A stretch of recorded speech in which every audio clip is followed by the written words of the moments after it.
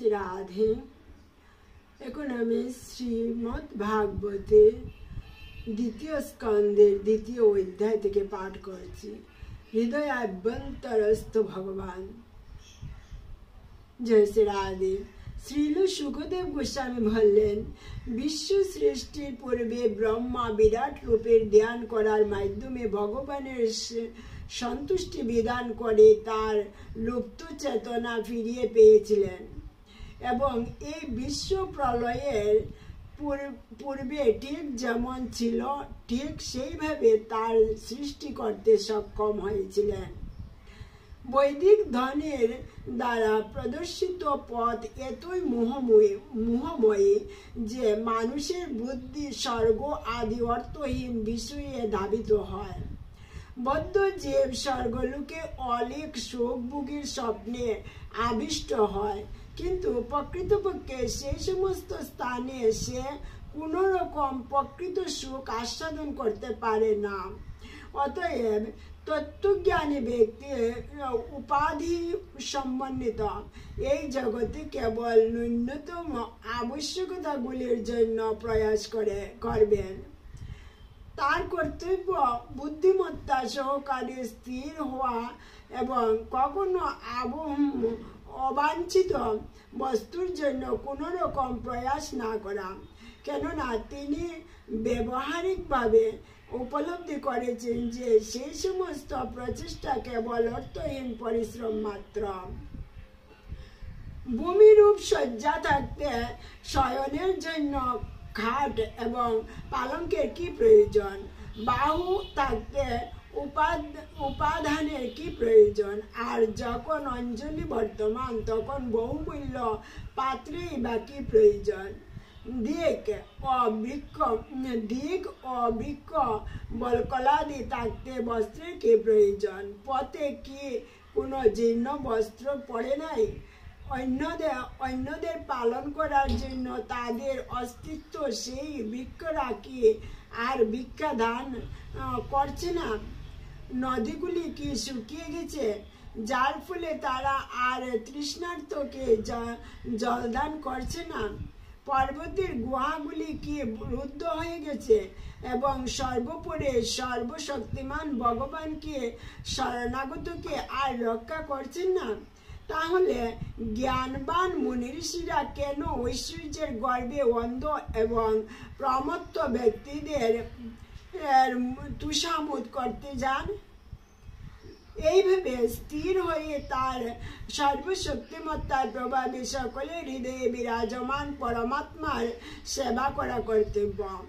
যেহেতু তিনি সর্বশক্তিমান পরমেশ্বর ভগবান নিত্য এবং অন্তহীন, তিনি জীবনের পরম লক্ষ্য এবং তার আরাধনার ফলে মানুষ সংসারের হেতুরূপ অবিদ্যাকে দূর করতে পারে।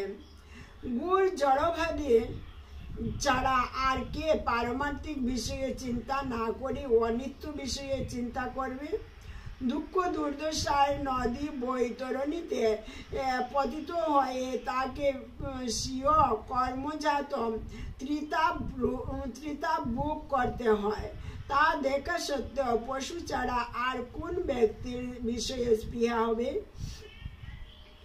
অন্যরা অর্থাৎ যোগীরা তাদের দেহের অভ্যন্তরস্থ হৃদয় গুহারে বিরাজিত চতুর্ভুজ শঙ্খচক্র গদা পদ্মধারী প্রাদেশ মাত্র ধারণার দ্বারা স্মরণ করে থাকেন। তার মুখমণ্ডল তার প্রসন্নতা ব্যক্ত করেছেন। তার চক্ষুদ্বয় কমল দলের মতো আয়ত এবং তার বৈষ্ণ কদম্ব পুষ্পের কেশরের মতো পীতবর্ণ এবং তিনি বহু মূল্যবান রত্নসমূহের দ্বারা বিভূষিত।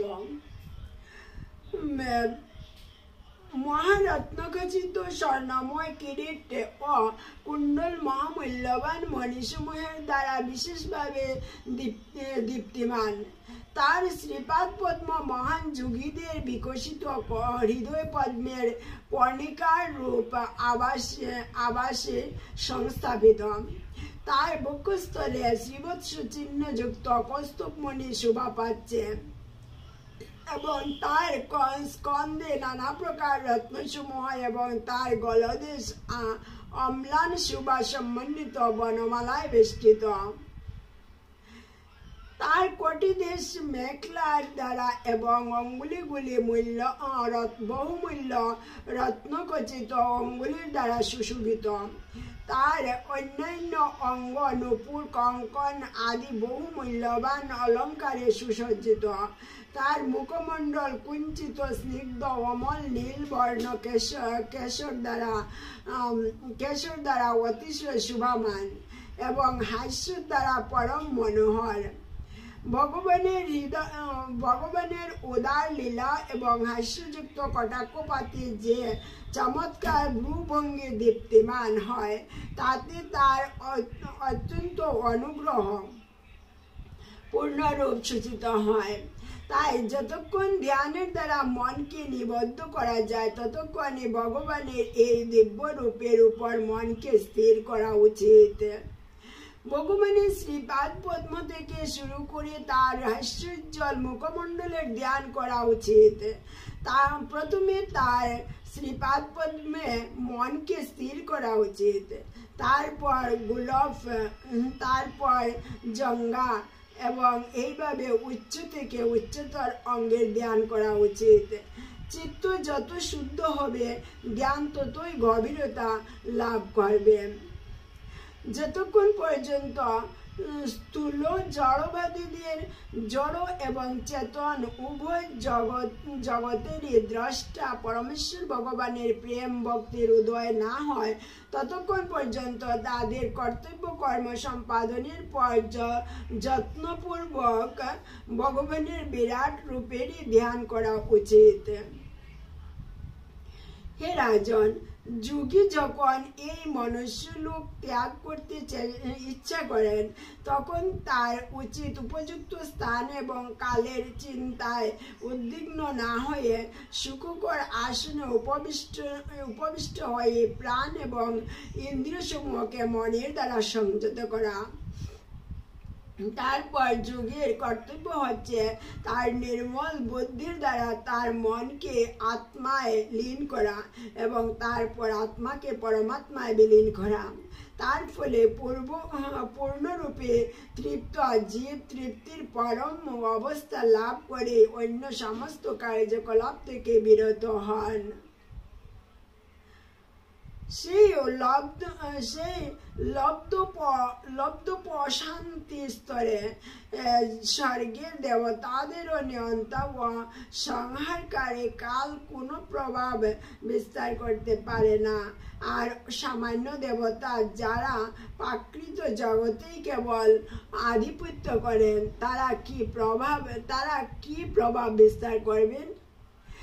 সেখানে সত্য, রজ অথবা তমগুণ এবং অহংকার তত্ত্ব জড় কারণ সমুদ্র প্রধান বা প্রকৃতির কোনো প্রভাব নেই। যথার্থ পরমার্থবাদীরা জানেন যে পরম পদে সব কিছুই পরমেশ্বর ভগবান শ্রী বিষ্ণুর সঙ্গে সম্পর্কিত। তাই তারা যা কিছু ভগবানের সঙ্গে সম্পর্কবিহীন তা পরিত্যাগ করেন। ভগবানের সঙ্গে পূর্ণ প্রীতির সম্পর্কিত শুদ্ধ ভক্তেরা তাই কখনো বৈষম্যের সৃষ্টি করেন না। পক্ষান্তরে তারা ভগবানের শ্রীপাদ পদ্মকে হৃদয়ে ধারণ করে সর্বক্ষণ তার আরাধনা করেন। এইভাবে মুনিরা ব্রহ্মস্বরূপে অবস্থিত হয়ে শাস্ত্রজ্ঞানের প্রভাবে বিষয় বাসনাসমূহ সমূলে বিনষ্ট করে পাদমূলের দ্বারা মূলাধারকে রুদ্ধ করেন এবং প্রাণবায়ুকে ষট স্থানে উন্নীত করে তাদের জড় দেহ ত্যাগ করেন। ধ্যানপরায়ণ ভক্ত নাভি থেকে প্রাণবায়ুকে হৃদয়ে, তারপর সেখান থেকে কণ্ঠের অধোদেশ স্থিত বিশুদ্ধ চক্রে নিয়ে যাবেন। তারপর জিতচিত্ত মনে বুদ্ধির দ্বারা অনুসরণ করে তাকে ধীরে ধীরে তালুমূলে নিয়ে যাবেন। তারপর ভক্তিযোগী তার প্রাণবায়ুকে ব্রুদ্বয়ের মধ্যে চালিত করে প্রাণবায়ুর বহির্গমনের 60টি পথ অর্থাৎ সূত্রধয়, নেত্রদ্বয়, নাসিকাদ্বয় ও মুখগহ্বর রুদ্ধ করে তার প্রকৃত আলয় ভগবত ধামে তার লক্ষ্য স্থির করবেন। তিনি যদি সমস্ত জড় ভোগ বাসনা থেকে সম্পূর্ণ মুক্ত হন, তাহলে তিনি ব্রহ্মরন্ধ্র ভেদ করে সমস্ত জড় সম্পর্ক পরিত্যাগ পূর্বক পরম গতি প্রাপ্ত হবেন। জয় শ্রী রাধে। হে রাজন, যোগীর যদি ব্রহ্মপদ, অষ্টসিদ্ধি অথবা বৈহার্যদের সঙ্গে অন্তরিক্ষে ভ্রমণ করার বাসনাদি জড়ভোগের আকাঙ্ক্ষা থাকে, তাহলে তিনি দেহত্যাগের সময় মন ও ইন্দ্রিয়সমূহকে ত্যাগ না করে সেগুলি সহ সেই লোকে ভোগার্থে গমন করবেন। পরমার্থবাদীরা চিন্ময় শরীর লাভের প্রয়াসী। ভগবক্তি, তপশ্চর্যা, যোগ এবং দিব্য জ্ঞানের প্রভাবে তাদের গতি জড়জগতের অন্তরে এবং বাহিরে অপ্রতিহত। সকাম কর্মীরা অথবা জড়বাদীরা কখনো সেই প্রকার অপ্রতিহত গতিতে গমনাগমন করতে পারে না। হে রাজন, এই প্রকার যোগীরা প্রথমে ছায়াপথে ব্রহ্মলোকের মার্গস্বরূপ জ্যোতির্ময়ী সুষমা নারীর যুগে অগ্নির দেবতা বৈশ্যানর লোকে যান। এখানে তারা সম্পূর্ণরূপে কুলস বিধৌত হয়ে আরো ঊর্ধ্বে শিশুমার চক্রে যান। সেখানে তারা পরমেশ্বর ভগবান শ্রীহরির সঙ্গে সম্পর্ক লাভ করেন। এই শিশুমার সমগ্র ব্রহ্মাণ্ডের আবর্তনের কেন্দ্রবিন্দু এবং তাকে বলা হয় শ্রী বিষ্ণুর গর্ভোদকশায়ী বিষ্ণুর নাভি। যোগীরাই কেবল শিশুমার চক্র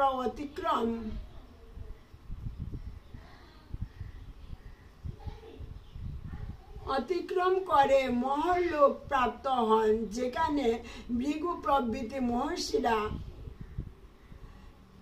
430 কোটি সৌরশ বৎসর ব্যাপী দীর্ঘায়ু উপভোগ করেন। এই গ্রহলোকটি আধ্যাত্মিক স্তরে অধিষ্ঠিত ঋষিদের পূজ্য। কল্পান্তে যখন অনন্তদেবের মুখাগ্নির দ্বারা লোকত্রয় দগ্ধ হন, তখন তিনি শুদ্ধ মহাত্মাদের বিমানে করে সত্যলোক গমন করেন। সত্যলোকের আয়ুষ্কাল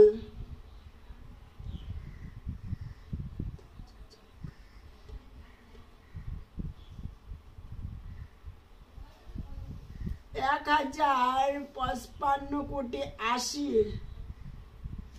লক্ষ সৌরবৎসর। সত্যলোকে সুখ, জরা, মৃত্যু, দুঃখ, উদ্বেগ এই সমস্ত কিছুই নেই। কেবল চেতনাজনিত এই প্রকার দুঃখ রয়েছে। সেই দুঃখের কারণ এই যে